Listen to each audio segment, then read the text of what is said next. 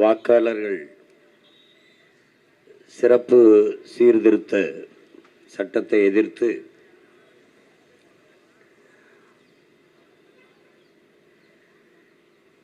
நாம் தமிழர் கட்சி முன்னெடுக்கிற ஆர்ப்பாட்டத்தில் பங்கேற்றிருக்கிற என் உயிர்க்கினிய உறவுகள் அனைவருக்கும் என்னுடைய அன்பும் வணக்கமும்.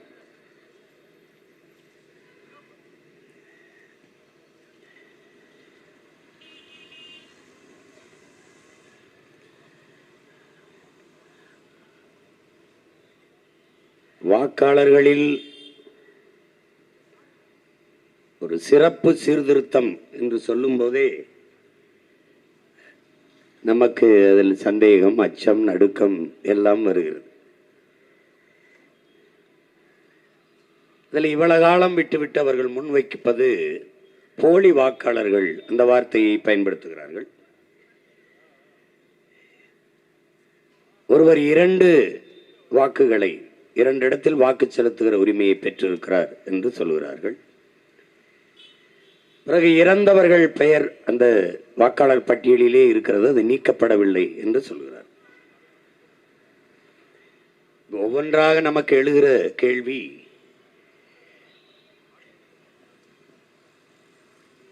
வாக்காளர்களில் போலி வாக்காளர்கள் எப்படி வந்தார்கள்?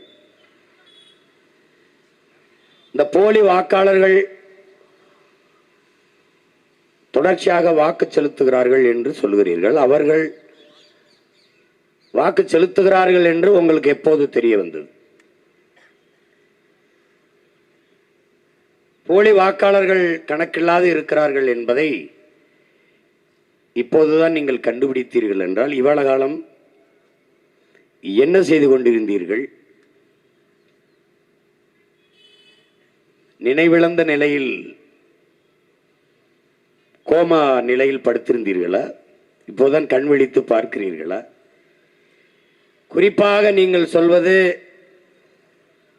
ஐயா முதல்வர் ஸ்டாலின் அவர்களுடைய தொகுதியை பேட்டியிலே குறிப்பிடுகிறீர்கள். கொளத்தூரிலே 4100 வாக்கு போலி வாக்கு என்று சொல்கிறீர்கள். இந்த ஒரு தொகுதியில தான் போலி வாக்கு இருப்பதை கண்டுபிடித்தீர்களா? அல்ல நாடெங்கிலும் போலி வாக்காளர்கள் இருப்பதை கண்டுபிடித்தீர்களா? அல்ல அந்த தொகுதியை தவிர வேற எந்த தொகுதியிலும் போலி வாக்காளர்கள் இல்லையா? போலி வாக்காளர்கள் வாக்கு செலுத்தி அவர் வெற்றி பெற்றிருக்கிறார் என்றால் அந்த வெற்றி செல்லாது என்று அறிவிக்கிற துணிவு, நேர்மை உங்களுக்கு உண்டா? இவ்வளவு காலம் என்ன செய்து கொண்டிருந்தீர்கள்? 10 ஆண்டு கால பாரதிய ஜனதா ஆட்சி, இப்போது 24இல் வெற்றி பெற்று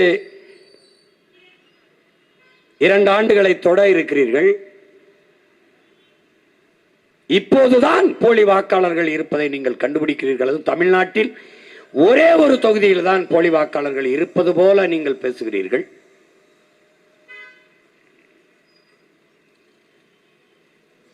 எவ்வளவு கேள்விகளை எழுப்புகிறோம், ஒரு கேள்விக்கு கூட உங்களிடத்தில் பதில் இல்லை.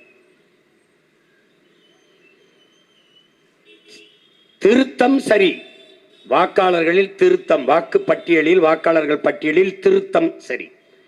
எதற்காக திருத்தம்? ஒருவர் 2 வாக்குரிமை பெற்றிருக்கிறார், ஒரு வாக்குரிமையை நீக்கணும். சரி, அதை கண்டுபிடித்து நீக்க வேண்டியது உங்கள் கடமை, தேர்தல் ஆணையத்தின் கடமை. ஒருவர் 2 இடத்தில் வாக்குரிமை பெற்றிருக்கார் என்றால் அதை கண்டு நீக்குங்கள், யாரும் எதிர்க்க போறது இல்லை. ஆனால் ஒரு கேள்வி, இவ்வளவு காலம் ஏன் நீக்காதிருந்தீர்கள்? ஒருவர் 2 வாக்கு செலுத்துகிற உரிமையை பெற்றிருக்கிறார் என்பதை எப்போது கண்டுபிடித்தீர்கள்? இறந்தவர்கள் வாக்குப்பட்டியலில் இன்னும் இருக்கிறார்கள். இறந்தவன் இறப்பு சான்றிதழை தாக்கல் செய்கிறானா இல்லையா, சமர்ப்பிக்கிறானா இல்லையா, ஒப்படைக்கிறானா இல்லையா?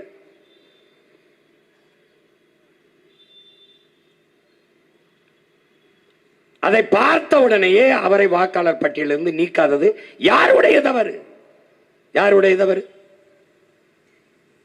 ஏன் இவ்வளவு காலம் செய்யவில்லை? எங்களை போன்றவர்கள் பலமுறை தேர்தல் ஆணையத்து முறையிட்டமே. இறந்தவர் பெயர் பட்டியல் இதில் இருக்குது, அது கள்ள ஓட்டாக பதிவாகும், கள்ள வாக்காக பதிவு செய்வார்கள், நீக்குங்கள் என்று ஏன் கவனத்தில் எடுக்கவில்லை?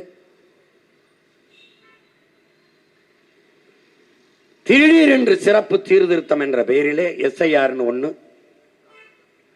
சார்னாவே பிரச்சனை தான் நமக்கு. அது அந்த சார் எந்த சார் என்று கொஞ்ச நாள் ஓடிட்டு இருந்தது. இப்ப இந்த சாரு எந்த சார்னு நமக்கு தெரியுது. ஸ்லேவ் ஐ ரிமைன் சார்னா அதுக்கு விரிவாக்கம் தான். வெள்ளக்காரனை பார்த்து சாருன்னு நம்ம போட்டது ஸ்லேவ் ஐ ரிமைன். எஜமா நான் அவங்க அடிமை இன்னும் நினைவில் வச்சிருக்கேன், அதை நான் மறக்கல. அந்த சார் தான் இந்த எஜமானுக்கு இப்ப நம்ம அடிமை. அன்றைக்கு வெள்ளையர்கள் நம்மளை அடிமைப்படுத்தி ஆளும்போது உரிமைக்காக போராடினோம். சுதந்திர போராட்டம், விடுதலை போராட்டம். இன்னைக்கு விடுதலை பெற்ற இந்தியாவில் அதே உரிமைக்காக இந்த கொள்ளையர்களை இவர்களை எதிர்த்து போராடி கொண்டிருக்கிறோம்.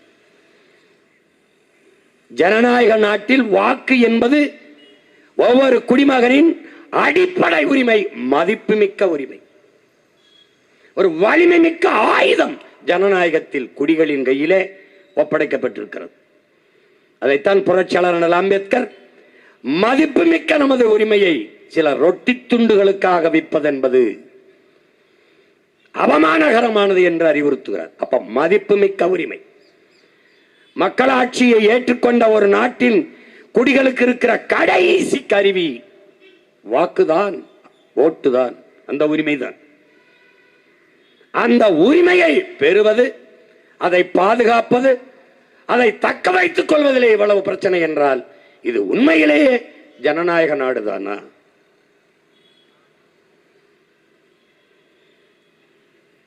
உடலில் இருந்து, இந்த உடல் கூட்டில் இருந்து என்னுடைய உயிரை பிரிப்பதும், இந்த நாட்டில் இருந்து என் ஓட்டுரிமையை, வாக்குரிமையை பறிப்பதும் ரெண்டும் ஒண்ணுதான். ஓட்டுரிமை இல்லை, வாக்குரிமை இல்லை என்றால் உனக்கு இங்க ஒண்ணுமே இல்லை. இந்த மரம் பூக்காது, காய்க்காது, பலன் தராது என்றால் எவனும் தண்ணி ஊத்த மாட்டான், உர வைக்க மாட்டான், பராமரிக்க மாட்டான், கண்டுக்கிற மாட்டான். உனக்கு ஓட்டு இல்லை என்றால் ஒரு பயம் மதிக்க மாட்டான். நம்பி கலைஞன் பேசும்போது, போன தடவை நான் போட்டேன், அதுக்கு முன்னாடி போட்டேன் ஓட்டு, அதுக்கு முன்னாடி போட்டேன் ஓட்டு. ஆமா போட்ட, எனக்கு போட்டியா? அதான் சார் கேட்கிற கேள்வி. எனக்கு போட்டா போடாத ஓட்டு உனக்கு இருந்தான்னு இல்லைன்னா தூக்குடா. அதுதான் இப்ப நாம என்ன செய்யணும்? இவனை மொத்தமா தூக்குடா, அவங்கள தூக்குடா. அதான் நம்ம செய்யணும். இந்த உனக்கு தான் தேர்தலில் நிக்கணும், வெல்லணும், இந்த வேலையெல்லாம் எனக்கு வேலை மயிரே கிடையாது. போட்டா போடுவேன், போயிட்டு இருப்பேன். எனக்கு என் நாடும் மக்களும் தான் முக்கியம். சும்மா தேவையில்லாம இவங்கள மாதிரி நாடகம் போட்டுக்கிட்டு இருக்க கம்பெனி கிடையாது நான். புரியுதா? என்ன வேலை பாருங்க, என்ன வேலை இது? அதை மட்டும் வாக்காளர் பட்டியல் திருத்தம் என்று அறிவிச்சு வந்து, அது 6 மாசம், 1 வருஷம், 1 ஆண்டு காலம் எடுத்து உரிய அதிகாரிகளை நியமித்து நீ அதை செஞ்சிருக்கணும். எந்தெந்த இடத்துல யார் யாரு 2 வாக்கு செலுத்துகிறார் என்று கூட கண்டு உணராத நீ என்னத்துக்கு தேர்தல் ஆணையம்னு ஒரு நாடகம் பண்ணி வச்சிருக்க? இதை கேட்கறதுக்கு ஏதாவது பதில் சொல்றியா? இது ஜனநாயக நாடுன்ற இந்த நாட்டில் எல்லா தலைவரும் பேசுறானடா. இடைத்தேர்தல் என்றாலே ஆட்சி, எந்த கட்சி ஆட்சியில் இருக்கோ அதான் ஜெயிக்குங்கிறான். சொல்றானா இல்லையா? அப்ப இது ஜனநாயகமாடா? எந்த கட்சி ஆட்சியில் இருக்கிறதோ அதுதான் இடைத்தேர்தலில் வெல்லும் என்றால் அதுக்கு பொருள் என்ன, அர்த்தம் என்ன, என்ன நம்ம புரிஞ்சுக்கிறது? அவன்கிட்ட தான் அதிகாரம் இருக்கும், அவனுக்கு தான் உளவுத்துறை, காவல்துறை, தேர்தல் ஆணையம் எல்லாம் அவர்களுக்காக தான் வேலை செய்வார்கள். அதனால் அவர்கள் கள்ளவாட்டு போடுவார்கள். அவர்கள் எண்ணுவதான் வாக்கு, அவர்கள் எண்ணி சொல்வதுதான் வாக்கு. அப்படின்னா எப்படி? அப்ப எதற்கு இது ஜனநாயக நாடு என்று சொல்கிறாய்? எப்படி? ஐயா கருணாநிதி இருக்கும்போது, ஆட்சியில் இருக்கும்போது, அம்மையார் ஜெயலலிதா இடைத்தேர்தலில் போட்டியிட மாட்டார்கள். அதிமுக இருக்கும்போது திமுக போட்டியிடாது. ஆனால் 2 பேரும் இருக்கும் போதும் இடைத்தேர்தலில் துணிந்து போட்டியிட்ட ஒரே அரசியல் இயக்கம் நாம் தமிழர் கட்சி மட்டும்தான். விக்கிரவாண்டியில ஓடி போயிட்டா, எல்லாம் ஓடி போயிட்ட.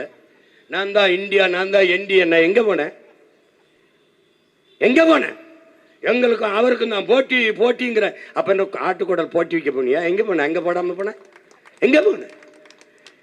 ஈரோடு கிழக்கிலே ஐயா கருணாநிதி மகன் ஸ்டாலினுக்கும் பிரபாகரன் மகன் சீமானுக்கும் நடந்தது அங்க போட்டி. எங்க போன? எல்லாம் எங்க போன? நீ முடிவு பண்ணிட்ட. ஐயா ராமசாமியை எதிர்த்து பேசிட்டான். அவர் பிறந்த மண்ணிலே இது பெரியார் மண்ணில்லை, பெரியாரே எனக்கு மண்ணுதான் என்று பேசி நின்னான் பிரபாகரன் மகன் அந்த தேர்தல்ல. இது என்ன பெரியார்? பெரியாரு உங்க பெரியார புதைச்சிருக்கிறத ஏன் மண்ணுடா? இதுல வந்து அங்க மண்ணு இங்க மண். இது பெரியார் மண், வெட்டி வித்து தின்னு. இது திராவிடம், இது தமிழ் மண், பாதுகாத்து வை. அது தமிழ் தேசிய அரசியல். அது திராவிடம், தமிழ் தேசியம். அவரை பேசிட்டு அவன் டெபாசிட் கட்டுத்தொகை வாங்கிடக்கூடாது எஜமா முடிவு பண்ணிட்டாரு. இங்க இருக்கிற சார் கள்ள ஓட்டு போடுவதை தடுக்க முடியல. ஒன்னால பல வாக்குகளை கதை சாத்திட்டு போடுறான் கள்ள ஓட்டு. என்ன புகாரணி தேர்தல் ஆணையம் கண்டுகொள்ளாது. எவ்வளவு முறையீடு ஏற்று பார்க்காது. காசு கொடுக்கிறான் வாக்குக்கு 1000 2000 தெரியுது, கேட்காது தேர்தல் ஆணையம். இதை எதையும் தேர்தல் ஆணையம் என் வாக்கை சரியாக எண்ணி சொல்லும் என்று என்னை நம்ப சொல்றான். பைத்தியக்காரன், நீ பைத்தியம், நான் பைத்தியம் இல்லடா. இப்ப அந்த தேர்தல் ஆணையம் தான் வாக்காளர் சிறப்பு சீர்திருத்தத்தை செய்துக்கிட்டு ஓடி வருது. அப்ப அந்த சிறப்புக்கு பதில் நம்மகிட்ட என்ன இருக்குது? என்ன இருக்குது? என்ன வேலை செய்யற நீ? உனக்கு வேலை மயிரில் ஒரு வேலையும் இல்லை, எனக்கு எங்களுக்கு கோடி வேலை இருக்குங்க.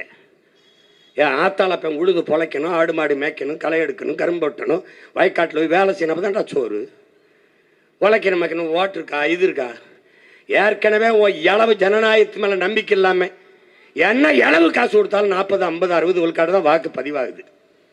காரணம் என்ன? காரணம் என்ன? 100 பேர்ல 60 பேர் 70 பேர் 50 பேர். அது அதிகப்படியா நீ காசு கொடுக்கணும். ஓட்டுக்கு 2000 கொடுக்கணும், மிக்சி கொடுக்கணும், கிரைண்டர் கொடுக்கணும், லேப்டாப் கொடுக்கணும், எல்லாம் கொடுக்கணும். எளவு கர்மாந்திரம் பிரியாணி கொடுக்கணும், குவார்டர் கொடுக்கணும். எல்லாம் கொடுத்தா தான் 60 பேர் ஓட்டு போடவே வர்றான். ஏன் நம்பிக்கை இல்லை? இந்த லட்சணத்துல என்ன? உனக்கெல்லாம் ஓட்டு இருந்தா என்ன, இல்லைன்னா என்ன முடிவு பண்ற.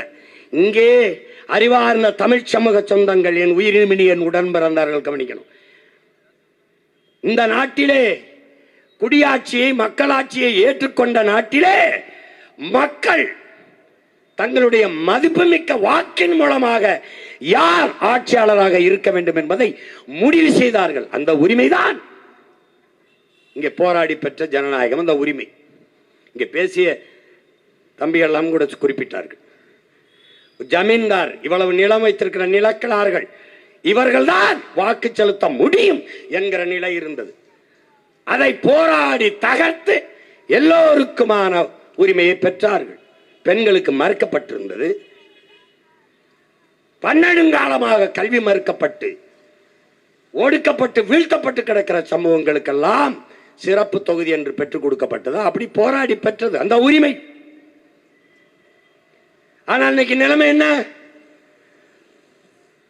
வாக்காளர்கள் தீர்மானித்தார்கள் யார் என் ஆட்சியாளன் என்று. இன்னைக்கு ஆட்சியாளன் தீர்மானிக்கிறான் யார் என் வாக்காளன் என்று. இதுதான் இப்ப நடக்குது.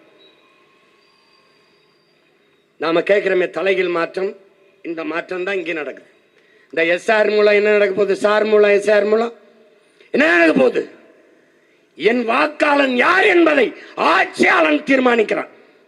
இது ஜனநாயகமா என்பதை கற்றறிந்த பெருமக்கள், கற்றுக்கொண்டிருக்கிற எண்ணிலும் இலையை என் தம்பி தங்கைகள் தெளிந்து சிந்திச்சு புரிஞ்சுக்கணும். என்ன எதற்கு இது திருத்து போய் உடனே செய்யற? என்ன செய்யற? என்ன செய்யற? நீ யார் கேட்டது? ஒண்ணு டேய், நாங்க கேட்ட எதையாவது ஒண்ணு நீ செஞ்சிருக்கேடா? டேய், உன் மனச்சான்று சொல்றா. படிக்க பள்ளிக்கூடம் இல்லைன்னு கேட்போம், மருத்துவமனை சரியா கட்டி கொடுன்னு கேட்போம். இங்கே இருக்கிற அறிவார்ந்த என் தம்பி தங்கைகள்கிட்ட, என் அன்பு சொந்தங்களிடத்துல கேட்கிறேன், நீ விண்ணூர்தி நிலையத்தை பார், உன் அரசு மருத்துவமனையின் பார், நீ பேருந்து நிலையத்தை பார், உன் பிள்ளை படிக்கிற பள்ளிக்கூடத்தையும் பார். இவர்கள் புதைக்கப்பட்டிருக்கிற கல்லறை சமாதியை பார். உன் பிள்ளைகள் படிக்கிற பள்ளி கல்லூரியை போய்ப்பார். எது தரமா இருக்குன்னு பாருடா, எது தரமா இருக்குன்னு பார். இது ஒரு ஆட்சி முறைன்னு நீ நினைச்சுக்கிட்டு இருக்க. நீ எதை நோக்கி நகர்த்துறான்னு பாருடா, எதை நோக்கி நடத்துறான்? எப்படிப்பட்ட நாடு? இப்படி யோசிச்சு பாரு, நீ யோசிச்சு பாரு. ஒருத்த கள்ளச்சாராயம் காய்ச்சுகிறான், குற்றம். அதை போய் குடிக்கிறான், குற்றம். செத்து போறான், 10 லட்சத்தை நாடு அறிவிக்கிறது. எல்லோரும் ஓடி போய் பார்க்கிறார்கள். அந்த குடும்பத்தில் பிள்ளைகளுக்கு நாங்கள் கல்வி கொடுப்போம், குடும்பத்தில் ஒருவருக்கு வேலை கொடுப்போம் என்று சட்டப்படி அங்கீகரிச்சு காசு கொடுக்கிறான். சட்டப்படி குற்றத்தை.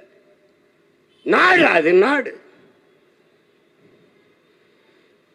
ஒரு நடிகர், பிடித்த நடிகர் வர்றார், அவரை பார்க்க கூடுகிறான், கூட்ட நெரிசலில் சிக்கிச்சாகிறான், எல்லோரும் போய் பார்க்கிறான், அதுக்கு காசு. ஆனால் நாட்டு பாதுகாப்பு படையிலே எல்லையிலே நின்று போரிலே செத்து வாராண்டா ராணுவ வீரன். இங்க வாராண்டா. எத்தனை மினிஸ்டா போய் பார்த்து மேல வட்டா? இந்திய ராணுவ வீரன் தானடா. இந்திய ராணுவம், இந்திய அரசு, ஒன்றிய அரசு 1 கோடி 2 கோடி அந்த குடும்பத்துக்கு பாதுகாப்பு நிவாரண நிதி என்று அறிவித்ததை நீங்க கேட்டதுண்டா? இல்லை. இல்ல எந்த மாநில மகனோ அந்த மாநில அரசு அறிவிச்சது உண்டா? இல்லை. விளையாட்டில் வெண்கல பதக்கம், வீடு உண்டு, காவல்துறை அதிகாரி பதவி உண்டு, கோடி கோடியாக பணம் உண்டு, எல்லாம் உண்டு. நாட்டின் பாதுகாப்புக்கு போய் உயிரை கொடுத்தவனுக்கு ஒரு மயிரும் இல்லை. இதாண்டா இந்த நாடு, ஜனநாயகம். கேவலம்டா, கேவலம்டா. அப்ப எப்படா வருவான்? நாட்டு பாதுகாப்புக்கு போய் நான் செத்தன்னா, நாட்டுக்காக செத்தால் என் வீட்டை என் நாடு பார்க்கும் என்ற நம்பிக்கையை இந்த நாடு கொடுத்துருக்காடா ஒரு குடிமகனுக்கு. எப்படி அவன் பாதுகாப்பு படையில வச்சிருவான்? பைத்தியக்காரா, பைத்தியக்காரா. கேவலம், கேவலம்.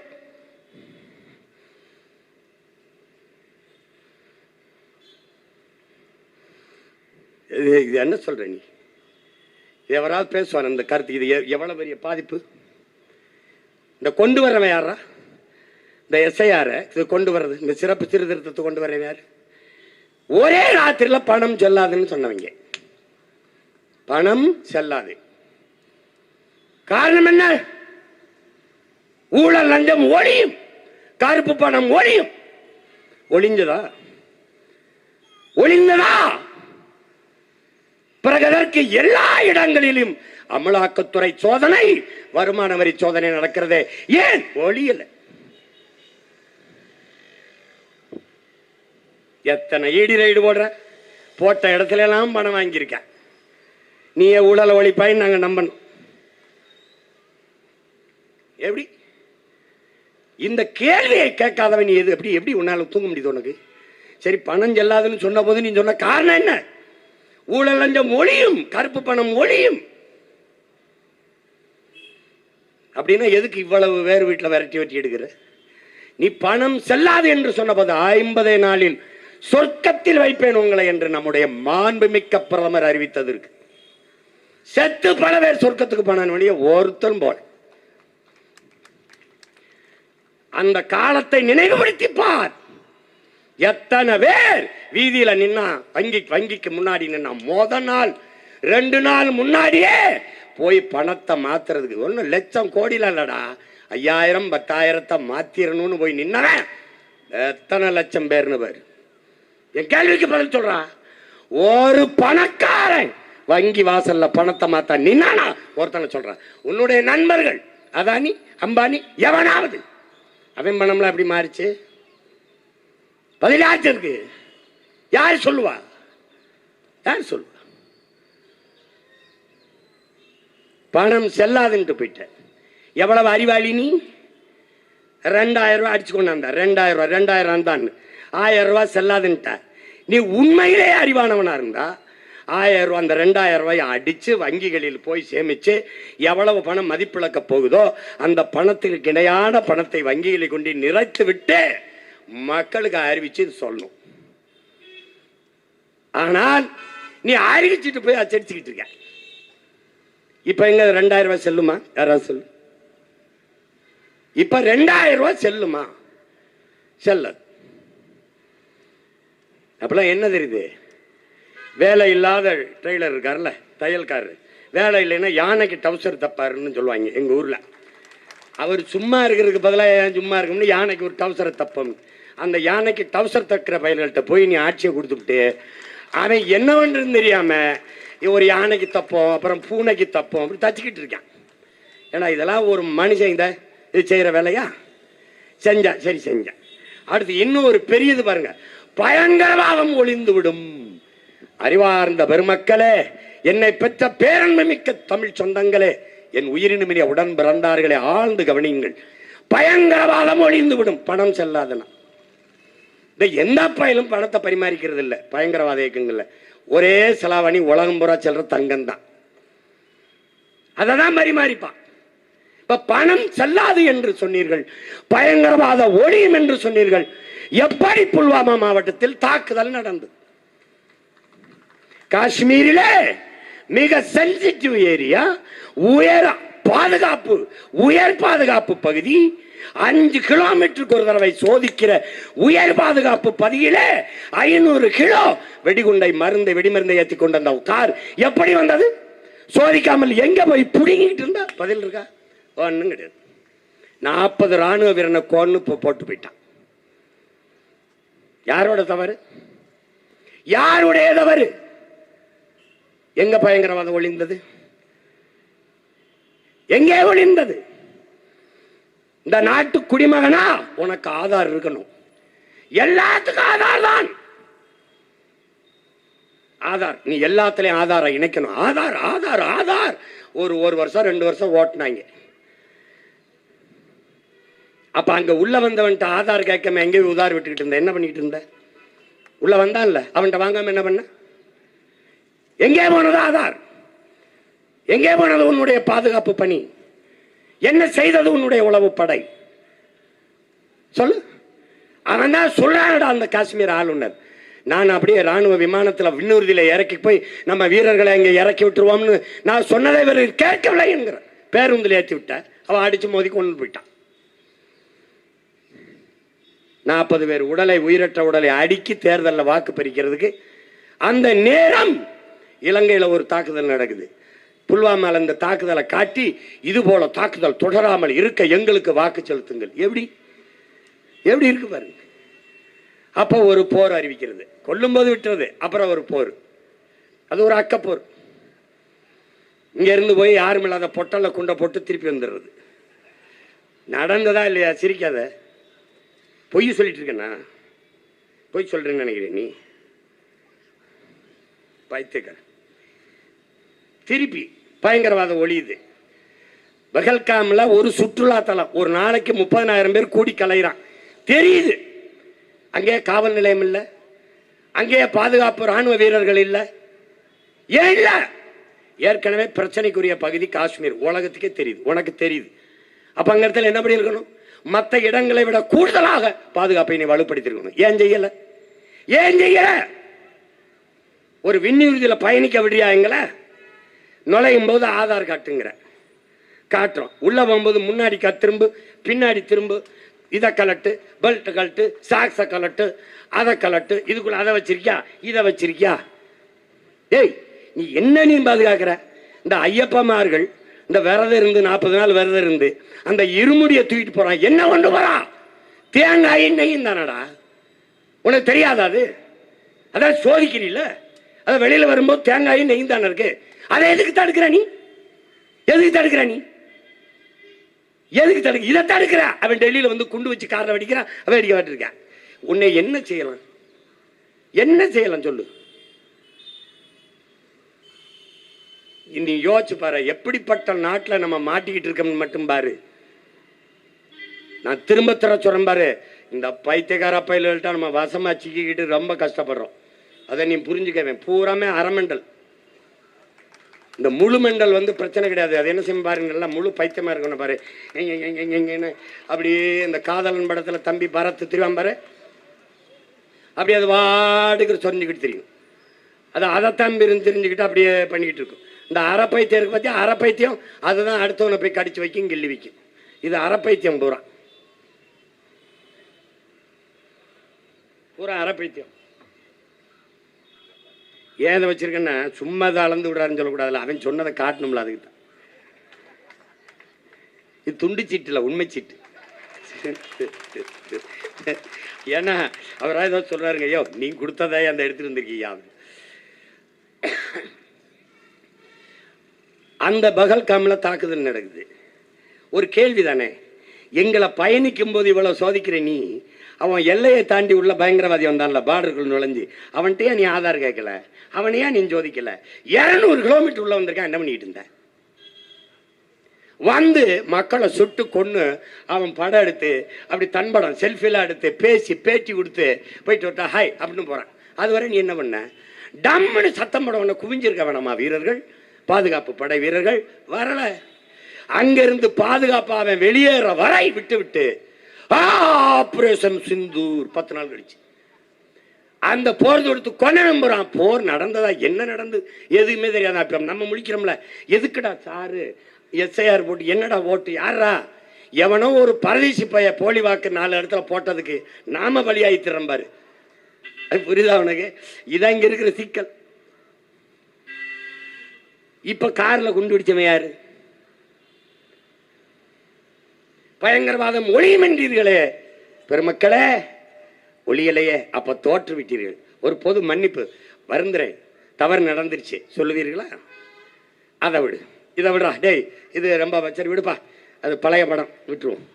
அப்புறம் அதுக்கப்புறம் சரக்கு மற்றும் சேவை வரி, ஜிஎஸ்டின்னு கொண்டாந்தாங்க. சரக்கு மற்றும் சேவை வரி, இந்த பாரு, சரக்கு மற்றும் சேவை வரியை விதிச்சு நாட்டு மக்களை வரி சுமையை சுமத்தி வாழவே முடியாது என்கிற நிலைக்கு தள்ளிட்டான். நான் ஒருத்தன் தான் சொன்னேன், இந்த சரக்கு மற்றும் சேவை வரி ஜிஎஸ்டி போடுற வரைக்கும் கடையில் வியாபாரம். ஜிஎஸ்டி போட்ட உடனே காலையில கடை விற்பனைக்குன்னு எழுதி வச்சுட்டு போயிட்டான். ஏன்னா கடையே வியாபாரம். ஏன்னு கேட்டா, இதைத்தான் நம்முடைய தாத்தா இங்க நமக்கு என்ன சொல்றாரு, இது அடாவடி பொருளாதாரம்ங்கிறார். ஜேசி குமரப்பா, காந்தியினுடைய தனி செயலாளர் இருந்த தாத்தா. அடாவடி பொருளாதாரம்னா என்னன்னே, அதாவது அண்ணே இந்த பாருங்கண்ணே, நான் ஒரு 100 ஏக்கர்ல கரும்பண்ணேன், 10 ஏக்கர்ல வாழைனேன், அதை நல்லா தண்ணி போட்டு உர வச்சு தோகை கிழிச்சு மண் அணைச்சு வளர்த்து பறிஞ்சிருதுனே, கரும்பு நல்லா விளைஞ்சிருதுனே, வாழை தாரி விட்டுருதுனே. காலையில ஆளுகளை கூட்டிட்டு வந்து வெட்டிட்டு போலான்னு வரும்போதுனே, ராத்திரியில குரங்கு யானையும் மொத்த கரும்பையும் வாழையும் சாப்பிட்டு போயிருதுனே. இது உழைச்சதா? வாழைக்கண்டை நட்டதா? தண்ணி பாய்ச்சினதா? ஆனால் உழைப்பு என்னது? பயனை யானையும் குரங்கும் அனுபவிச்சிருச்சு. அதான்டா ஜிஎஸ்டி. கடை என்னது? முதலீடு என்னது? உழைப்பு என்னது? வரி என்கிற பேரில் மொத்த லாபத்தை எடுத்துட்டு போக வேண்டாம். இதத்தான் அடாவடி பொருளாதாரம் விளங்குதுன்னு நினைக்கிறேன். இந்த குரங்கு யானை செய்யற வேலைய இந்த சார் ஐட்டக்காரங்க செஞ்சுக்கிட்டு இருக்காங்க. இதுதான் நடக்குது. இப்ப இந்த சரக்கு மற்றும் சேவை வரியில் 2 முறை நாட்டின் நிதி அமைச்சர் மதிப்பிற்குரிய மாண்புமிக்க அம்மா நிர்மலா சீதாராமன் அவர்கள் 200 பொருட்களுக்கு ஜிஎஸ்டியை குறைச்சிருக்காங்க. எப்பவெல்லாம் வட மாநிலங்களில் தேர்தல் வருகிறதோ அப்பெல்லாம் சரக்கு மற்றும் சேவை வரி குறைக்கப்படும். ஏன் குறைக்கிறீர்கள்? மக்களுக்கு வரி சுமையாக இருக்கிறது. அப்ப மக்களுக்கு சுமையாக இருக்கிற வரியை விதிக்கிற நீ ஆட்சியாளன் தானா? நீ உண்மையிலேயே ஒரு நல்ல ஆட்சியாளன் தானா? குடிகளை வருத்தி வாட்டி வரியை பறிக்கிற ஒரு கொடும் வரியை விதிக்கிற நீ எப்படி ஆட்சியாளன்? இப்படிப்பட்ட ஆட்கள் வருவார்கள் என்று 2000க்கும் மேற்பட்ட ஆண்டுகளுக்கு முன்னாடி எங்களுடைய மூதாதை வள்ளுவ பெருமகனார் வேலோடு நின்றான் இடுவென்றது போலும் கோளோடு நின்றான் இரவு என்று பாடுறாப்ல. இதுக்கு என்ன பொருள்? வேல் வச்சுக்கிட்டு அரசாட்சி செய்கிற மன்னன் குடிகளின் நிலைமை தெரியாம வரியை விதிச்சு கடும் சுமையை பெரும் பாரத்தை பெரும் கஷ்டத்தை வரியாக விதிச்சு குடிகளின் நிலைமை தெரியாம வரியை விதிச்சு வசூலிக்கிற முறை இருக்கிறதே, அது எப்படிப்பட்டது? ராத்திரியில முகமுடிய போட்டுக்கிட்டு குறுக்க கம்ப வச்சுக்கிட்டு என்ன வச்சிருக்க எடு அப்படின்னு பறிக்கிற திருட்டு செயல் இருக்குல்ல, அதுவும் அந்த மன்னனுடைய செயலும் ரெண்டும் ஒண்ணுதாங்கிறவள. வேளோடு நின்றான் இடுவென்றது போலும் கோளோடு நின்றான் இரவு என்று வாடியது இந்த எஸ்ஐஆர்களுக்கு தான், இந்த சார்களுக்கு தான். இன்னைக்கு என்ன நடக்குது? சாலையில நீ போகும்போது குறுக்க கட்டையை விட்டு எவ்வளவு வச்சிருக்க எடுங்கிறான். அதான் அவர் சொன்னது. கணக்கில்லாத சுமை. வீடெல்லாம் நீங்க கட்ட முடியாதே. செங்கலுக்கு வரி, சிமெண்ட்டுக்கு வரி, கம்பிக்கு வரி, எல்லாவற்றுக்கும் வரி. வரி கட்டலாம், வீடு கட்ட முடியாது. இப்படி ஒரு நாடு. குழந்தைகள் சாப்பிடுகிற பிஸ்கட்டுக்கு 18 விழுக்காடு வரி. முதலாளிகளின் லாப தேவைக்கு விற்கிற குவியலுக்கு விற்கிற தங்க பிஸ்கட்டுக்கு 3 நாள் உட்கார்ந்து பேசி விவாதிச்சு 3 விழுக்காடு வரி விதிச்ச நாடு நம்முடைய நாடு. நீ பெரிய ஆள் தானே, மக்களின் நலன் சார்ந்த ஆட்சி முறையை நிர்வாகத்தை செய்யற மேதை தானே, அப்புறம் எதுக்கு வரியை குறைக்கிற? நீ விதிச்ச வரி மக்களை பாதிக்கிறது. அந்த பாதிப்போட தேர்தலில் நின்றால் நீ தோற்று போவாய். அதுக்கு பயப்படுற. அது அப்படி நாசம் போயிருச்சா? அதை விடு. நம்ம என்ன கேட்கிறோம் இந்த ஆட்சியாளர்கள்ட்ட? நாடெங்கிலும் சரக்கு மற்றும் சேவை வரியில் மொத்த வருவாய் பெருக்கம் எவ்வளவு? ஒரே ஒரு முறை நிதிநிலை அறிக்கையில் இந்த நாடெங்கிலும் இந்த ஜிஎஸ்டி வரியால் இவ்வளவு வரி வருவாய் பெருக்கம் வந்திருக்கிறது. இந்த பணம் பெருக்கம், இந்த வருவாய் மக்களுக்கு இப்படிப்பட்ட திட்டங்களாக பிரித்து பகிர்ந்து அளிக்கப்படுகிறது ஒரே ஒரு முறை. எப்படி இருக்கு? நாட்டில் பாராளுமன்றத்தின் நிதிநிலை அறிக்கையிலே தூய காற்றுக்கு 4200 கோடி ஒதுக்கிய நாடு உலகத்திலே என் நாடு தான். தூய காற்றுக்கு. தூய காற்றை எப்படி கொண்டு வந்து மக்கள் கொடுப்பிய? எப்படி எப்படி இடுப்புல ஒரு இடவார கட்டி இங்க ஒரு குடுவையை போட்டு மூக்கில் அப்படியே மாட்டிக்கிட்டு தூய காற்றை சுவாசிட்டு போறதா? எப்படி எப்படி இந்த டாஸ்மாக் கடை மாதிரி அங்கங்க திறந்து வச்சிருப்பீங்களா? அறிவு இருக்கிறவங்க அவனாவது இதெல்லாம் சிந்திப்பானான் பாரு. நீ எந்த கொம்பாதி கொம்பனும் நற்காட்டை தர முடியாதரா பைத்தியக்காரங்களா? அதை தரக்கூடிய ஒரே ஆற்று கொண்ட உயிர் மரம் தானடா, மரம் தானடா. பைத்தியக்காரங்களா? அதை வெட்டி 8 வழிச்சால 10 வழிச்சால கொட்டு வழி எல்லாம் போட்டுருவான். காட்டை வெட்டி ரோட்டு அப்புறம் 4100 கோடி ஒதுக்குறது. சந்தேகம் வருது இல்லை? ஒன்றும் நம்ம மென்டலாகி பைத்தியமாயிட்டோமா இல்லை அவங்க தான் பைத்தியமா? எங்க இப்படி எது தவறு எது சரி? நமக்கு செய்திகள் வேற தப்பா இருக்குல்ல. ஆண்டன் சொக்கவே சொல்ற மாதிரி இந்த தோற்று போன சமூகத்தில் அவசியமற்ற செய்தி எதுவோ அதுவே தலைப்பு செய்தியா வரும். இன்னைக்கு இவ்வளவு பேசுறோம்ல, எதுவும் வராது. இந்த தமிழக வெற்றி கழகத்தை பத்தி ஏதாவது ஒன்று சொன்னோம்னு வச்சுக்கோங்க, பேசி விட்டார், செய்து விட்டார்.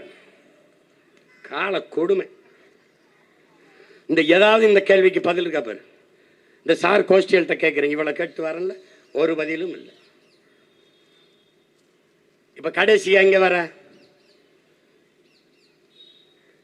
இப்ப வாக்கு சீர்திருத்தம், வாக்கு திருத்தம். உண்மையிலேயே நீ திருத்தணும்னா நீ இந்த எந்திரத்தை, இவிஎம் எந்திரத்தை, வாக்கு எந்திரத்தை தூக்கி போட்டு வாக்கு சீட்டு முறைக்கு வந்துரு. எப்படி போலி வாக்காளர் வருவான்? எப்படி வருவான்? நான் சொல்றேன் தவறு. நான் கொடுத்திருக்கேன், படம் போட்டு காட்டிருக்கேன். இது வாக்கு சீட்டு, இது நன்கொடை சீட்டுன்னு கருதிக்க. இங்க அடிக்கட்டு இருக்கு, இது முனிக்கட்டு. இந்த இடத்துல என் படம் இருக்கு, இங்கேயும் என் படம் இருக்கு, இங்க என் பெவரம் எல்லாம் முகவரி எல்லாம் இருக்கு. இப்ப நான் கைரேகை வச்சுட்டேன், நான் கையெழுத்து போட்டேன். இந்த அதிகாரிகிட்ட இந்த 2 இடத்துல என் கையெழுத்து போட்டேன். எனக்கு மை வச்சு போட்டு வாங்கன்றாப்ல. வந்தேன், இதை வச்சுக்கிட்டு இந்த முனிக்கட்டை அப்படி கிழிச்சு கையில் கொடுத்துருவாப்ல. என்ன சொல்லுவாப்ல? பத்திரம். ஏன்? வாக்காளர் உரிமை பெற்றதுக்கு மதிப்பில்லை, வாக்கு நான் செலுத்திருக்கேன், இந்த அடையாளம் வச்சிருக்கேன்ல, இதுக்கு தான் மதிப்பு. ஏன்? ஜனநாயக கடமையை இந்த நாட்டில் ஆற்றிய குடிமகன் என்ற சான்றை நான் பெற்றிருக்கிறேன். இப்ப ஒரு வேளை அப்படின்னா 100 விழுக்காடு வாக்குப்பதிவு நடக்கும். ஒரு வேளை வர முடியல, எங்க அப்பா இறந்துட்டார், என் தாய்க்கு முடியல, என் மனைவிக்கு பிரசவம் இல்லை, எனக்கு முடியல, அருகில் இருக்கிற ஒரு மருத்துவர்கிட்ட சான்றிதழ், அந்த மாவட்ட ஆட்சியர் வட்டாட்சியர் சான்றிதழ் வாங்கி ஒப்படைக்கணும். அது உரியது என்று கருதினால் அந்த இடத்துல வாக்கு நீக்கப்படாது. இல்லை என்றால் அவர் உரிய ஜனநாயக கடமை ஆற்றவில்லை என்று அவருக்கு வாக்காளர் உரிமை நீக்கப்படும், குடும்ப அட்டை நீக்கப்படும், மின் இணைப்பு துண்டிக்கப்படும், நீர் விநியோகம் துண்டிக்கப்படும். 1 மணி நேரம் நீ வரிசையில் வாக்கு செலுத்த முடியல. தேச துரோகம் என்பதும் பயங்கரவாதம் தீவிரவாதம் என்பதும் தெருவுக்கு தெரு குண்டு வைப்பதோ கொள்ளையடிப்பதோ வளங்களை சுரண்டுவதோ லஞ்சம் ஊழல் பெறுவதோ அல்ல. வரிசையில் நின்று வாக்கை செலுத்தி தனக்கான அரசை, ஒரு நல்ல அரசை தேர்வு செய்ய தவறுகிறதும் தேச துரோக குற்றம்தான், ஜனநாயக துரோகம்தான். அப்படிப்பட்ட தேச துரோக குற்றவாளிகளுக்கு உரிமை எதற்கு?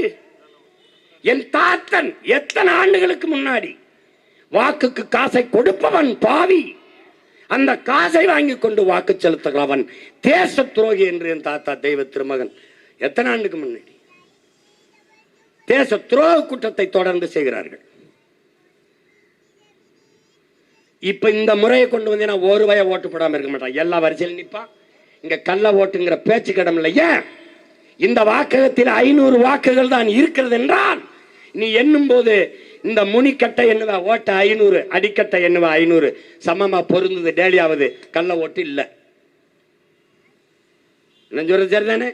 நீ வா, இது திருத்தம், சிறப்பு சீர்திருத்தம், இதை செய்ய மாட்டேன். ஏன்? உனக்கு அறிவு கிடையாது.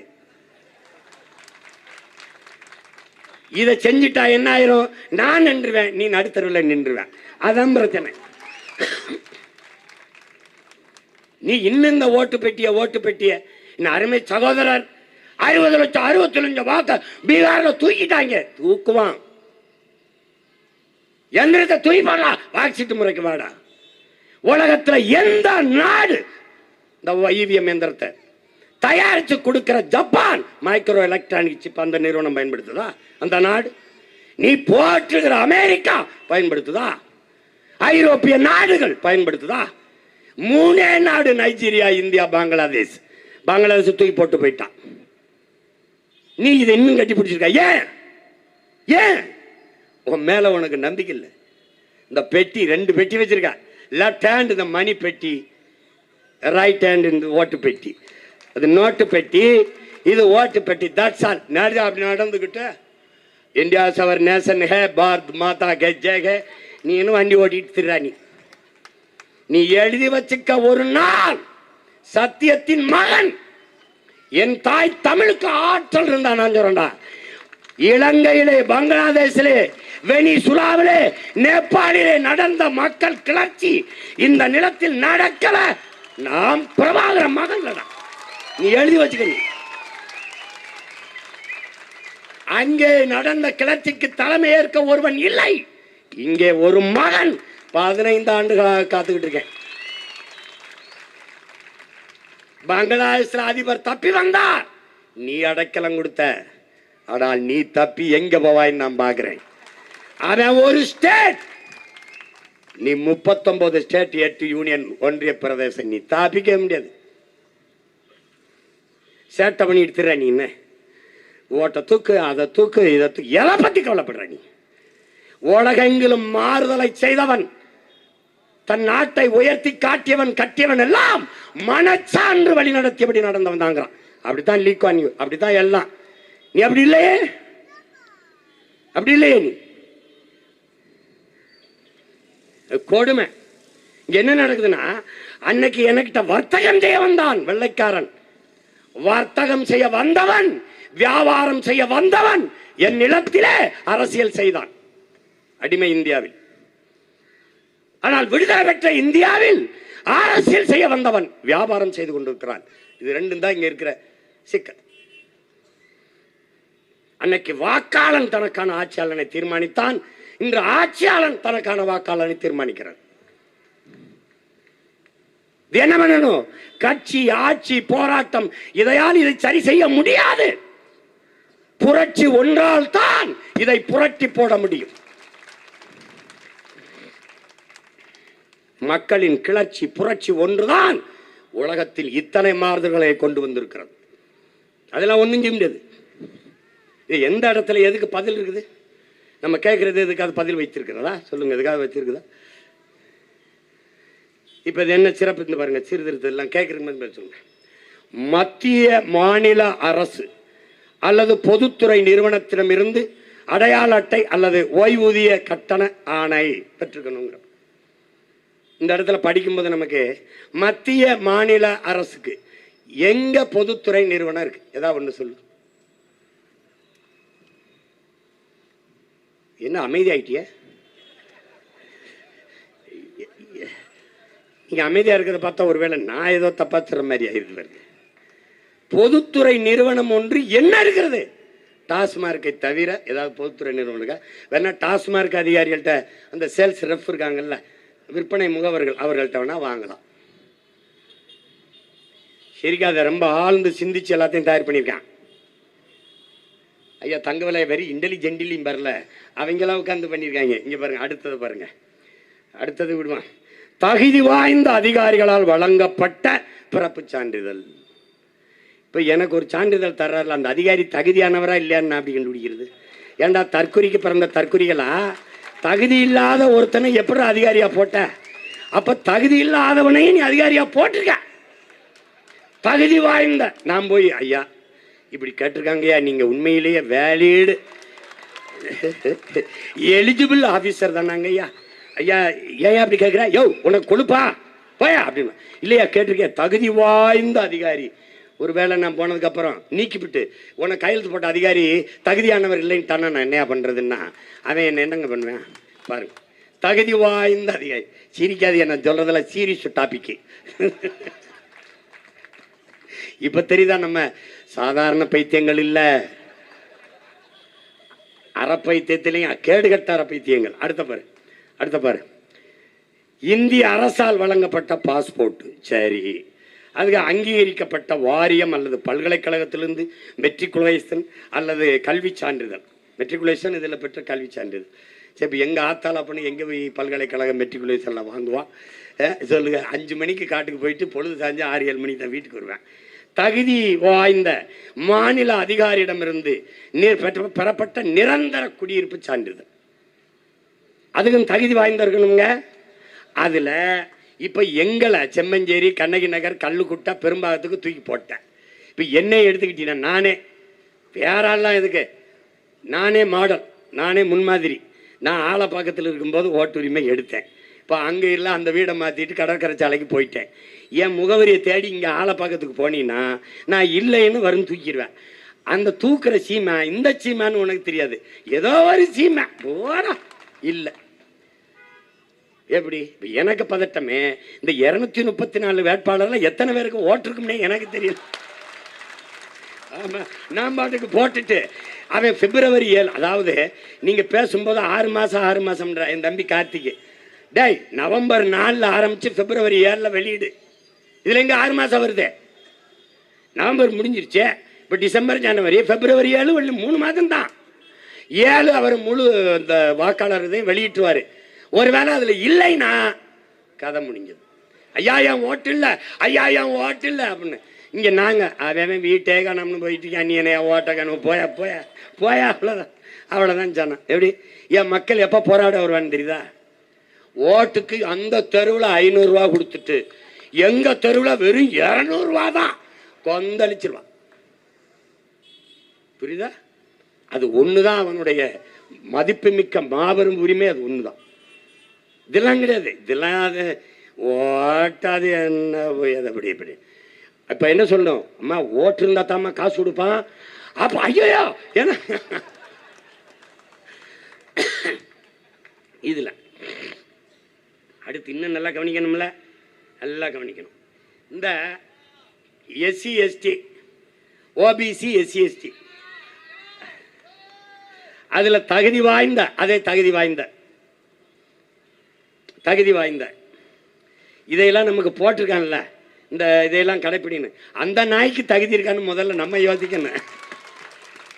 இதையெல்லாம் செய்யின்னு சொல்றான்ல, டே நீ உண்மையிலே தகுதி வாய்ந்தவன் தானா? உன்னையெல்லாம் யாரா அங்கே உட்கார வச்சுது? தகுதி வாய்ந்த ஆளுகளை யாருன்னு பார்த்தீங்கன்னா health officer, health labour. Health officer கிடையாது, ஹெல்த் லேபர் யாரு? நம்மளால தான். நம்ம அண்ணன் தம்பி பூச்சி மருந்து அடிப்பான்ல, கொசு மருந்து, அவன். அங்கே அங்கன்வாடியில் நம்ம அக்கா தங்கச்சி இருக்குல்ல, அது சத்துணவு ஆயா, அவங்களால இந்த பூத்து லெவல் எப்போ தெரியாது அவங்களுக்கு. பிஎல்ஓ அவங்க தான். அவர் அம்மா எல்லாம் என்னம்மா நீ உட்காந்துருக்கேன்? என் கணவர் தான் போயிட்டாரு பார்த்துக்கன்ட்டு உட்காந்துருக்கேன். இதில் நம்ம ஐயா எதிர்க்கிறது இதை சங் பரிவார் கும்பலை, இந்த பாசிச பாஜகவை, இந்த பிஜேபியை, சனாதன கும்பலை எதிர்க்கிறோம். எப்படி எதிர்க்கிறது? இந்த எஸ்ஐஆரை, இந்த சிறப்பு சீர்திருத்தத்தை எதிர்க்கிறோம். தமிழ்நாடு அரசு சொல்லுது. ஐயா ஸ்டாலின் சொல்றாங்க, அனைத்து கட்சியை கூட்டுறாங்க, ஆர்ப்பாட்டம் நடத்துறாங்க. ஒரு அறிவிப்பு வருது, ஐயா அப்படி பிடிச்சுக்கிட்டு இருக்காரு. அவசர உதவி ஆலோசனை பெற இந்த எண்ணுக்கு தொடர்பு கொள்ளுங்கள். எதிர்க்கிறீங்களா ஏற்கிறீங்களா? ஏன்னா ஏற்கனவே உங்க நாடகத்தை நாங்க சின்ன பிள்ளையிலிருந்து பார்க்கிறோம். நீங்க கச்சத்தீவை கொடுக்கும்போது இப்படி இருந்துட்டு, கொடுத்தக்கப்புறம் மீட்க போராடுவேன். நீட்டை கொண்டு வரும்போது வாழ்த்து கடிதம் எழுதிட்டு, நீட்டை அதை நீக்கிற ரகசியம் எங்களுக்கு தெரியும். எல்லாமே இப்படி ஒரு பல்ட்டி, அப்புறம் அப்படி ஒரு பல்ட்டி. இதுல எந்த பல்ட்டி? புதிய கல்விக் கொள்கை எதிர்க்கிறோம், வேற பேர்ல ஏற்று வைக்கிறது. இவங்க எப்படி பேர் மாற்றுவாங்க தெரியுமில்ல? எல்லாமே பேரும் தமிழ் பேர் அறிஞர்கள்னால. இலவசம் நீங்க திட்டினீங்கன்னா விலையில்லா மடிக்கணினி, விலையில்லா மிதிவண்டி, விலையில்லா மாவரைக்கிறேந்திரம், அப்படி போயிடுவாங்க. கிட்னி திருடிட்டான், சிறுநீரக திருட்டு அப்படி சொல்லக்கூடாது. சிறுநீரக முறைகேடு, புரியுதா? முறைகேடு, குடிகாரம், மது பிரியர்கள், வன்முறை செஞ்ச அப்படி சொல்லக்கூடாது. பெண் மீது ஈச்சை பட்டுட்டார், அது கள்ளக்காதல். காதல் என்ன? கள்ளக்காதல், நல்ல காதல், எல்லாமே ஒரே காதல், நல்ல காதல் தான். திருமணம் கடந்த உறவு. தமிழ் அகராதிக்கு பொழிப்புற எழுதுற அயோக்கிய பயல்களா, உங்களை விட்டா வள்ளுவெல்லாம் ஏன் ரொம்ப காலத்துக்கு முன்னாடி செத்து போன நினைக்கிறீங்க? இந்த மாதிரி ஒரு கேவலம் கட்டவங்களை நம்ம பார்க்க வேண்டியது வந்துடும்னு ஒன்றுக்கும். எங்கள் அம்மா நிர்மலா, நம்ம அம்மா நிர்மலா, இந்த அவன் இந்த விஜய் மல்லையா, இந்த இருக்காங்க, இந்த நீரவ் மோடி, இவங்கெல்லாம் 10,000 கோடி 9,000 கோடி 11,000 கோடியை எடுத்துட்டு ஓடிட்டாங்க அப்படி சொல்லக்கூடாது. திருடிட்டார்கள் சொல்லக்கூடாது. முதலீடு செய்து தோற்று போனவர்கள். அப்போ இங்கிருந்து ஒருத்தன், அம்மா எனக்கு ஒரு 5,000 கோடி கொடுங்கம்மா, நானும் முதலீடு செய்து தோற்று போறேம்மா.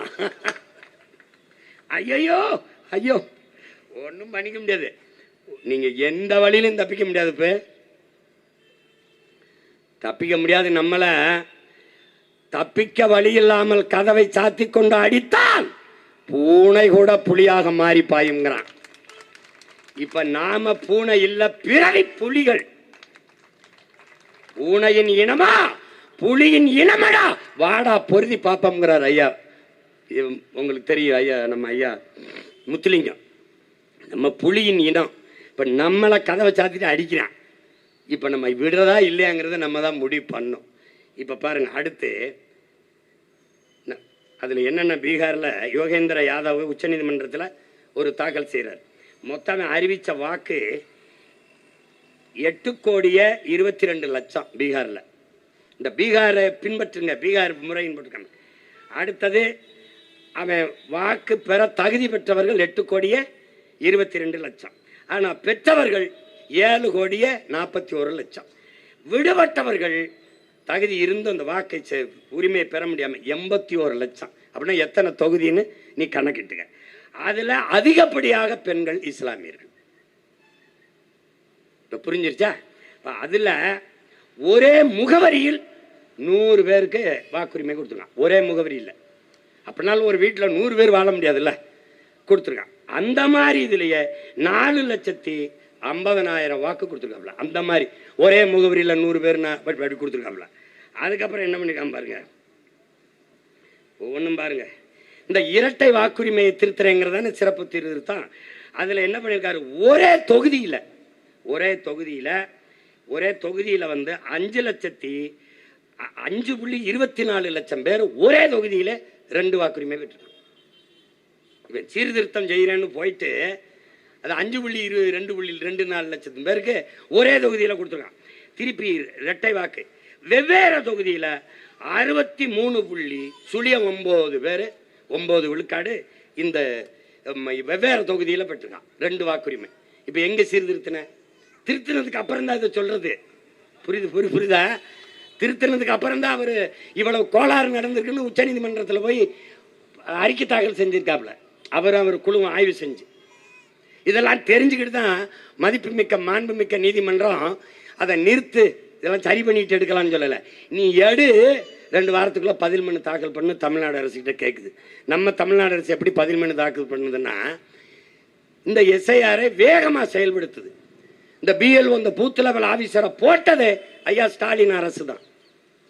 ஆனால் எதிர்க்கிறேன் என்று இங்க ஒரு நாடகம். எதிர்கட்சியா இருக்கும்போது இந்திக்காரனே போடா, ஆளுங்கட்சியான இந்திக்காரனே வாடா. இந்த பீகாரில் 65 லட்சம் பேர் அல்லது 1.5 கோடி பேருக்கு வாக்குரிமை கொடுப்பதில் திராவிட முன்னேற்ற கழகத்திற்கோ அதிமுகவுக்கோ ஒரு பிரச்சனையும் இருக்க முடியாது.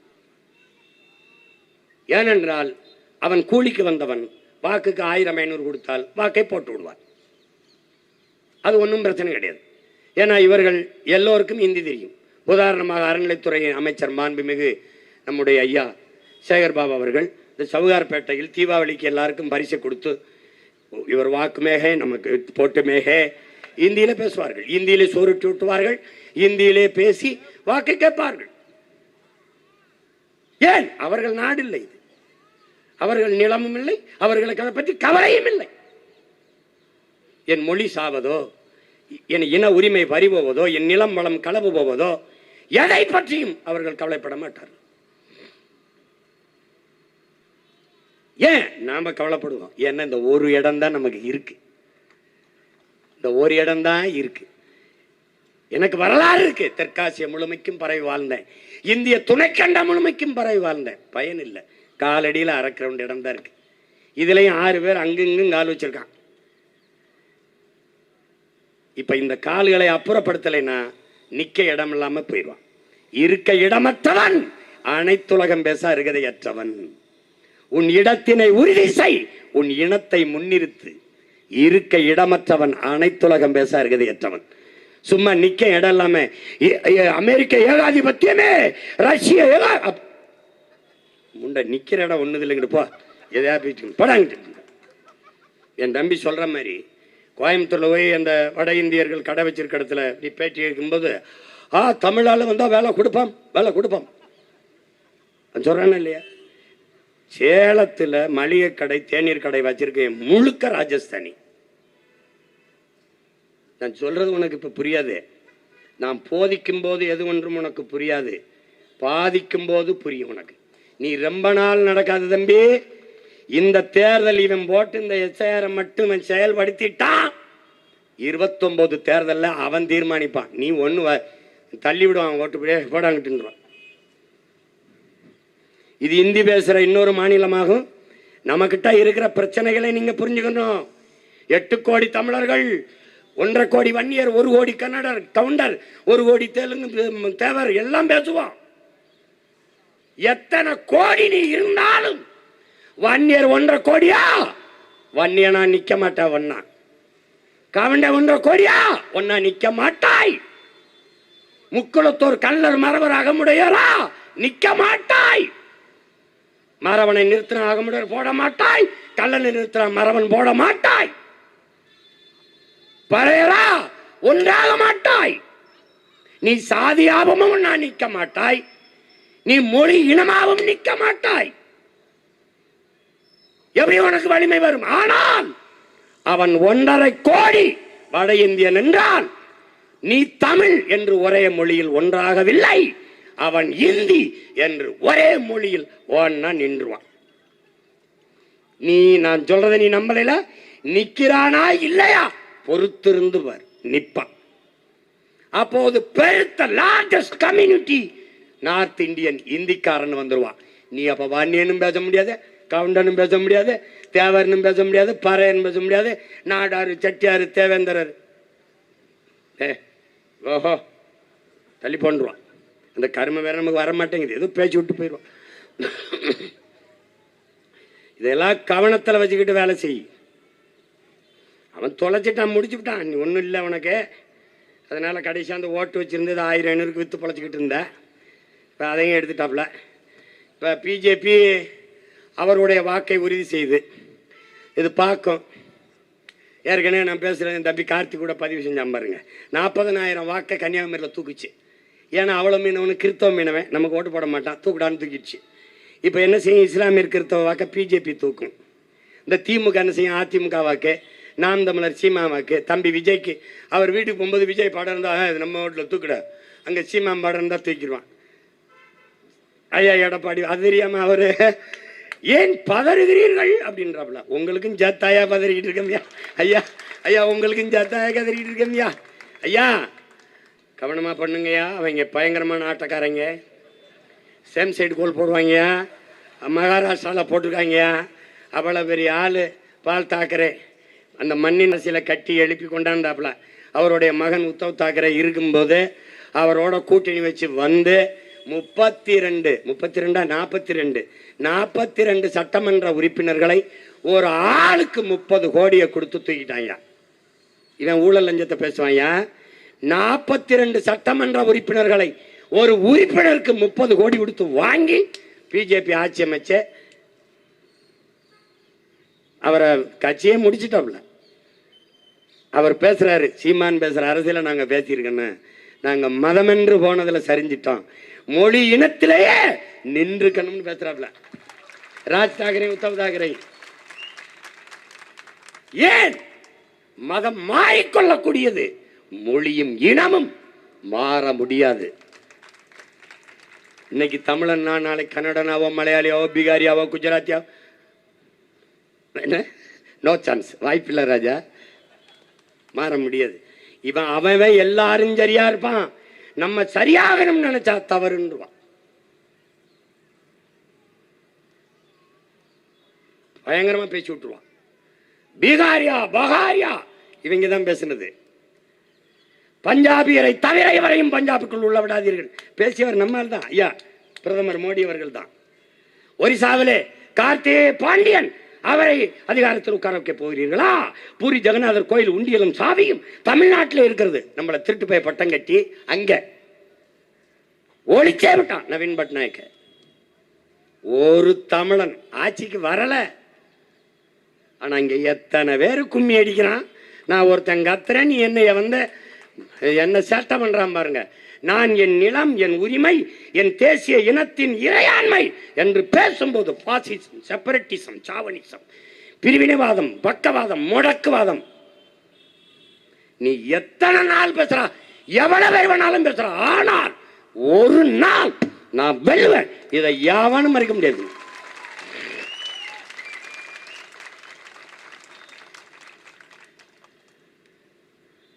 மரத்தோட பேசிட்டுக்காப்ல, மாட்டோட பேசிட்டுக்காப்ல, தண்ணீரோட பேசிட்டுக்காப்ல, கடலோட பேச போறாப்ல. ஒருத்தரெல்லாம் கடலை கட்டி பிடிச்சிட்டு அழுகிறேன்றாப்ல. உன்னையெல்லாம் பள்ளிக்கூடத்தில் சேர்த்து படிக்க வச்சான்ல உங்க ஒப்பன் வாத்தியார், அவனை சொல்லணும். கடல்னா என்னன்னு தெரியல, உனக்கு தண்ணினா என்னன்னு தெரியல, மரம்னா என்னன்னு தெரியல, உனக்கிட்டலாம் ஆச்சாதிகாரத்தை கொடுத்தோம்னாடா எங்களை சொல்லணும்டா. பைத்தியக்கார பயில்கிட்ட கொடுத்துட்டு எல்லாம் தந்தா, முத்து தந்தா, பவளம் தந்தா, சத்துக்கு மீன் தந்தா, நண்டு தந்தா, எறா சுறாயெல்லாம் தந்தா, தாகத்துக்கு தண்ணி தந்தா, குளிக்க தண்ணி தந்தா அவளை நாம குப்பையாக்கணும், அழுக்காக்கணும். குடிக்க தண்ணி தந்தா அவளை குப்பை கிடங்காக்கணும். நச்சு நீரை அழுக்க கொண்டு அவன் மூஞ்சியில ஊத்தணும். கடலை கடலாவா வச்சிருக்க நீ? உனக்கு காமெடியா இருக்கு. கொந்தளிச்சு எழுந்தான் தரையிலிருந்து 3 கிலோமீட்டருக்கு தண்ணி தான் இருக்குன்றான். பாத்துக்க நீ. பூமிக்கென்று செல்ல குழந்தைகள் யாரும் கிடையாது. இப்போ என் வீட்டிலன்னா என் மனைவிக்கு செல்லம் இருக்கு, எங்கள் கிளி அவளுக்கு செல்லம், இந்த இசை இயல் எல்லாம் செல்லம், வெண்பா செல்லம், அப்படி இருக்கு. எனக்கு யாரும் அங்கே வீட்டில் செல்ல, நான் அது கெஸ்ட் ஹோல் தான், போய் வர்றதுனால வருவான் போவான், யாரோ வந்து போகிறான் அப்படின்னு நினச்சிக்கிருக்காங்க. என் நிறைய பேர் விருந்தாளி வந்து போகிற மாதிரி இப்போ செல்லம் இருக்கு. ஆனால் பூமிக்கென்று யாரும் செல்லம் கிடையாது. எல்லாரும் ஒரே மாதிரி தான். ஆனால் தனக்கென்று பேரிடர் வந்தால் ஒருத்தனை மிச்சம் வைக்க மாட்டான். தாய்மை புனிதமானதுதான். ஒரு பெருவெள்ளம் ஆற்றிலே இந்த கரையில நிற்கிற குரங்கு தன் ஒரே குட்டியை தோளில் தூக்கி கொண்டு அக்கறைக்கு போக ஓடுகிறது, நீஞ்சுகிறது. தோல் மேலே தன் குட்டியை ஏற்றி கொண்டு போகுது. போட்டு காட்டுறேன் பார் காட்சியை. அப்படியே ஓடுது வேக வேக வேக வேகமா. இந்த குட்டி குரங்கு தாயின் கழுத்தை தலையை அழுத்துது அழுத்துது அழுத்துது. இந்தாதான் இருக்கு கரை, போயிடலாம். ஆனால் தன்னை உள்ளே அழுத்தி தன் உயிரை இழக்கிற நிலைமைக்கு தள்ளிருமோ தன் குட்டின்னு குட்டியை தள்ளி விட்டுது. தள்ளி விட்டுட்டு என்ன செய்யுது? கரைக்கு போய் கரை சேர்ந்துருது. குட்டி வெள்ளத்தோட போயிருது. செல்லமாக வளர்த்த குட்டி தான், பெத்த குட்டி தான். ஆனால் தனக்கு பேரிடர் என்றால் கைவிட்டு. அது மாதிரிதான் இந்த பூமி தாய். பேரிடர் வந்தால் அது அப்பனும் இல்லை ஆத்தானும் இல்லை, எல்லாத்தையும் அடிச்சு விட்டு போயிடுவான். சுனாமியில் எவனும் ஜாதி பார்த்து மதம் பார்த்து விட்டு போனாலாடா? அந்த நிலை விரைவில் வரும், நீ எழுதி வச்சுக்க. ஆனால் நம்ம அடிச்சுட்டு போகும்போது பக்கத்தில் வந்துன்னா நான் அன்னைக்கே சொன்னலடா கேட்டியா, இந்த வேலையை அவள் செய்வான்னு செஞ்சிருவான்.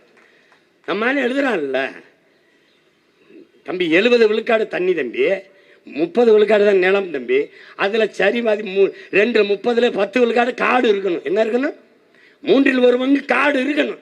அப்போ 20 விழுக்காட்டு நிலத்தில் இருந்துக்கிட்டா நீ இம்படி சேட்டை பண்ணிக்கிட்டியா? அப்படின்னு வச்சுக்க, தரையிலிருந்து சரியா 3 கிலோமீட்டர் உயரத்துக்கு நிலமங்கும் தண்ணி தான் இருக்குன்றான். இப்படி இருந்திருக்கா இல்லையா? இருந்திருக்குல்ல. கடல் கொண்டு போனோம், பகிரில் ஆட்டணும், பன்மலை அடுக்கத்தெல்லாம் பார்த்துருக்கீல்ல நீங்கள். குமரி கண்டம் உங்கள் கண்டம் இங்கே உப்பு கண்டம் இப்போ எங்கே இருக்கு? அவர் ஐயா ஒரிசா பால் பூம்புகாரில் பாடுற அந்த பாடுற உள்ள மூலிகை கிடக்கு உன்னுடைய நகரம் சொல்கிறான் இல்லையா? அது மாதிரி ஒரு நாள் நீ மூலிகை கிடப்ப. கவனமாக இரு. இப்போ என்ன பண்ணுறது இவங்களேன்னு தெரியல. எனக்கும் குழப்பமாக இருக்குது. காலையிலேருந்து என்ன பண்ணுறதுன்னு தெரியல. எப்படி பிள்ளைகள் விழிப்புணர்வோடு இருந்து அவரவர் வாக்கை தக்க வைக்க பார்க்கணும். தேர்தல் ஆணையத்திற்கு, இந்திய ஆட்சியாளர்களுக்கு, குறிப்பாக தமிழ்நாட்டை ஆளுகிற ஐயா ஸ்டாலின் அவர்கள், நீங்கள் எதிர்க்கிறேங்கிறதுல எங்களுக்கு நம்பிக்கை வரலை. ஏன்னா நீங்கள் ஒரு பக்கம் இதை எடுத்துக்கிட்டு இருக்கிறீங்க, ஆனால் எதிர்க்கிறேன்றீங்க. உண்மையிலே எதிர்க்கிறதுனா நீங்கள் அனைத்து கட்சி கூட்டத்தை கூட்டினது உங்கள் கூட்டணியில் இருக்கிற கட்சியே கூப்பிடுறீங்க. அப்போ நீங்கள் சட்டசபையில் கூட்டி ஒருவேளை ஐயா எடப்பாடி ஏற்று பேசுனா நீங்கள் எதிர்த்து தர்க்கம் செஞ்சு இவ்வளவு பேராபத்து இருக்கு அப்படின்னு நீங்கள் ஒரு தீர்மானத்தை போட்டு தமிழ்நாடு ஒத்துழைக்காது என்ற தீர்மானத்தை நீங்கள் கொண்டு வந்திருக்கணும். அதை செய்யலை. நீங்கள் அவசரமாக பிஎல் வந்த பூத் லெவல் ஆஃபீஸரை போட்டு அதுக்கு ஆலோசனைன்னா நாங்கள் உங்கள் ஆளுகள்லாம் காணொலியில் அதை இப்படி பதிவு பண்ணுங்க அப்படி பதிவு பண்ணுங்கன்னு சொல்லி, இது என்னது? உங்கள் மாமன்ற உறுப்பினர்களாக உங்கள் வாக்கை உறுதிப்படுத்திக்கிட்டு போகிறது. அப்போ எங்கள் வாக்கெல்லாம் பிஜேபி அவங்க வாக்கு. எவன் தனக்கு வாக்கு இல்லையோ அவனுக்கு வாக்கு இருக்க வேண்டிய அவசியம் பிஜேபிக்கு இல்லை. இப்ப அங்க வெளியேற்றப்பட்ட 81 லட்சம் பேர் இருக்காங்கல்ல, அவன் இங்க வருவான். இங்க பீகார்ல அவங்க அப்பா அம்மாவுக்கு வாக்குரிமை இருந்தா இங்க எடுத்துக்கலாம்னு நீ ஒரு விதி வச்சிருக்க. ஆனா எனக்கு என்ன சொல்ற, 2002 போட்டியா? எங்க அம்மாட்ட போய் என் தாத்தா மாசிலாமணியும் பர்வதம்மாலும் இறந்து போயிட்டாங்க அம்மாச்சி.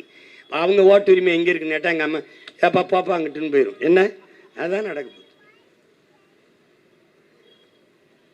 இப்ப நீ வேணா பாரு, எத்தனை அதிகாரி அடி வாங்கிட்டு ஓட போறான்னு தெரியல. இன்னும் கொஞ்சம் நாளில் பாரு. நீ எவனாவது இந்த ஃபார்ம்னு சொல்லு, ஃபுல் ஃபார்மில் இருக்கான் என் பசங்க. நான் அப்புறம் அதுக்கு பொறுப்பேற்க முடியாது. I am very sorry. என்ன தம்பி அபவுட் சதீஸ் அப்படி போயிட்டு வேண்டிதான். நம்மளால் இதை பார்த்து பண்ணுங்க, நியாயமாற பார்த்து பண்ணுங்க. ஏன்னா நீங்கள் ஒரு திருத்தத்துக்கு ஒரு அளவு இருக்கு. இவ்வளவுலாம் உங்களால 2 மாசத்துல இதை கொடுத்தா 5 கோடி பேருக்கு நீங்க இந்த படிவத்தை கொடுத்துட முடியுது உங்களால. ஆனா நீங்க சாதி வாரி கணக்கெடுப்பு எடுக்கிறதுக்கு உங்களுக்கு கடுக்குது, அப்படியே கஷ்டமா இருக்கு. ஒரு 10 நாள்ல 5 கோடி பேருக்கு இந்த படிவத்தை கொடுக்க முடியற உங்களால, வீடு வீடுக்கு கொடுக்குற உங்களால வீடு வீடுக்கு குடிவாரி கணக்கெடுப்பு எடுத்துட முடியாதா? முடியும், செய்யக்கூடாது. இது செய்யணும். ஏன்? உங்களுக்கு லாபம் இருக்கு, அதை எடுத்தா எங்களுக்கு லாபம் வந்துடும். அதனால பிரச்சனை. வணக்கம். அதனால மதிப்புமிக்க ஆட்சியாளர்கள், குறிப்பாக தமிழ்நாடு அரசு எதிர்க்கிறது என்றால் முழு ஈடுபாட்டோடு அதை எதிர்த்து இதை தடுத்து இந்த எஸ்ஐஆர் இந்த சிறப்பு வாக்காளர் சீர்திருத்தத்துக்கு ஒத்துழைக்க முடியாது, எடுக்க முடியாது. இந்த வணிக வரித்துறை அதிகாரிகள் சொன்னது போல எல்லாருமே ஒத்துழைக்க மறுத்து மக்களும் ஒரு பெரிய போராட்டத்தை அங்கங்கே செய்து இதை தடுக்கணும்.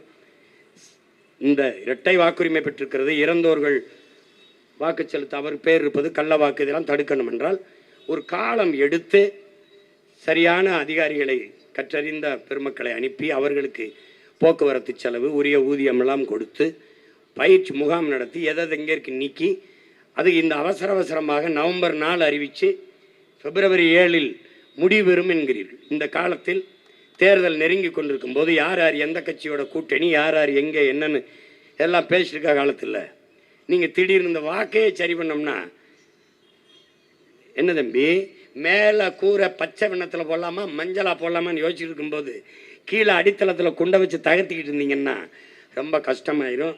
அதனால் மதிப்புமிக்க, மாண்புமிக்க, மேன்மை மிக்க, பெருமை மிக்க, போற்றத்தக்க ஆட்சியாளர்கள் கொஞ்சம் கவனத்தில் எடுத்து செய்யுங்க நியாயமாரே. இல்லைன்னா எங்களுக்கு இந்த தேர்தல் போட்டியெல்லாம் மயிரே போச்சுன்ட்டு தருவாக இறங்கி ஒரு வாயா ஓட்டு போட முடியாது, நீ எவன் நிற்க முடியாது. பெரிய சிக்கலாகி போரும் பார்த்துக்க. ஒழுங்காக அதை கைவிட்டுட்டு தேர்தலுக்கு அப்புறம் 29 தேர்தலுக்கு இடையில இந்த சிறப்பு செருப்பு திருத்தத்தில் அப்புறம் வச்சுக்க. புரியுதா? அன்பா சொல்லும்போது கேட்டுக்க. நன்றி, வணக்கம்.